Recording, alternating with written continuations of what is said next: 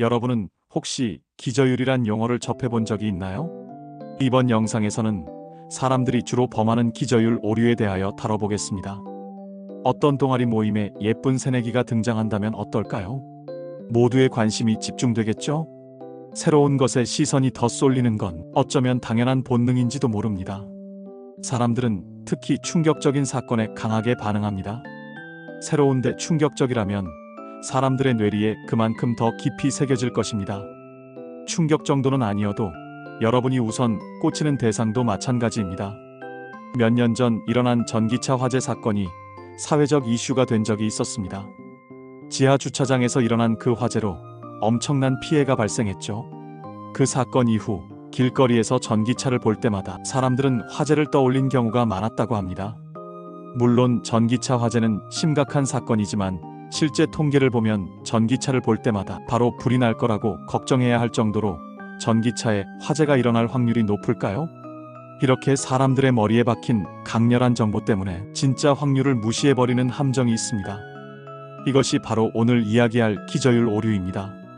기저율 오류란 확률을 계산할 때 가장 기본인 기저율을 무시하고 눈에 띄는 특정 정보에만 집중하여 비합리적인 결정을 내리는 것을 말합니다. 이때 감정이나 충동의 개입이 없다는 게 놀랍죠.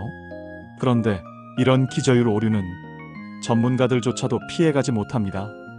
조금 어렵지만 구체적인 예를 들어볼게요. 이 문제는 하버드 의대생 대부분이 틀렸다고 해서 더 유명해졌습니다. 문제는 다음과 같았습니다.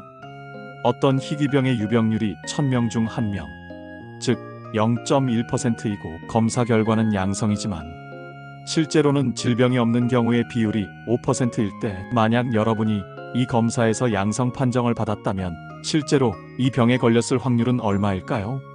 이 문제에서 의대생들은 검사 정확도가 95%임을 계산하고 정답은 95%라 답한 경우가 많았다고 합니다. 하지만 이는 기저율이 0.1%임을 무시한 판단입니다.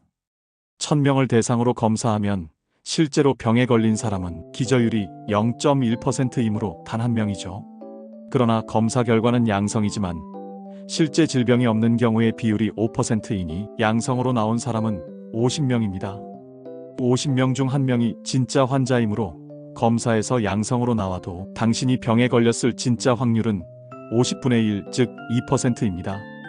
당신이 병에 걸렸을 확률이 95%라 말하는 것과 당신이 병에 걸렸을 확률이 2%라는 것은 매우 큰 차이입니다. 위 문제에서는 확률을 계산하는 합리적인 방법인 베이즈 추론을 사용해야 하지만 눈앞에 95%라는 강력한 정보에 압도되어 기본 정보인 기저율을 잊어버리고 확률을 잘못 계산하게 되는 것입니다. 아마 많은 시험 문제도 사람들이 기저율 오류에 쉽게 빠진다는 점을 고려하고 출제될 것입니다. 인간은 왜 이렇게 중요한 기초 정보를 무시하고 눈에 띄는 정보에만 집중하도록 진화했을까요? 그것은 우리 뇌가 완벽한 이성을 갖출 필요가 없었기 때문입니다. 더 쉽게 말하자면 우리 뇌는 생존과 적응이라는 현실에 최적화되도록 진화했습니다. 만약 우리가 사바나에서 살고 있는데 풀숲에서 바스락거리는 소리가 났다고 해봅시다. 그것이 바람 소리일 확률이 99%이고 사자가 낸 소리일 확률이 1%라 해볼까요? 이때 여러분한테 베이즈 추론을 통해 천천히 계산하고 있을 시간이 있을까요? 생존을 위해서는 1%에 불과한 확률일지라도 일단 피하고 보는 위험 회피 전략이 훨씬 유리합니다. 즉, 우리는 완벽하게 합리적인 계산보다는 생존에 유리한 판단을 빠르게 내리도록 진화해왔기 때문에 때로는 기저율 오류와 같은 인지 함정에 쉽게 빠지는 것입니다. 사람들이 똑똑하다고 생각하는 방식, 즉 합리성에는 여러 종류가 있지만 다음 두 가지 전략을 주로 사용합니다. 첫 번째는 만족하기 전략입니다. 시간이나 자원이 제한된 상황에서 완벽하지는 않지만 그래도 이 정도면 충분하다, 이렇게 판단하는 전략입니다. 두 번째는 판단 자동화 전략입니다. 경험이나 간단한 규칙을 바탕으로 빠르게 결론을 내리는 전략입니다. 사바나 풀숲에서 뭔가 바스락거리는 소리가 났다면 우선 피하고 보자는 선택이 바로 이런 판단 자동화 전략입니다. 인류는 이 두 가지 전략을 주로 사용해왔습니다. 하지만 사람들 대부분은 더 좋은 판단을 내리고 싶다는 욕심을 가지고 있습니다. 우리에게 진짜 중요한 결정 방식은 어떤 것일까요?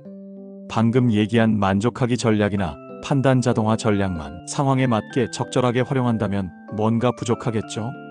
이런 경우일 때 기저율의 함정에 빠지는구나. 이렇게 의심한다면 어떨까요?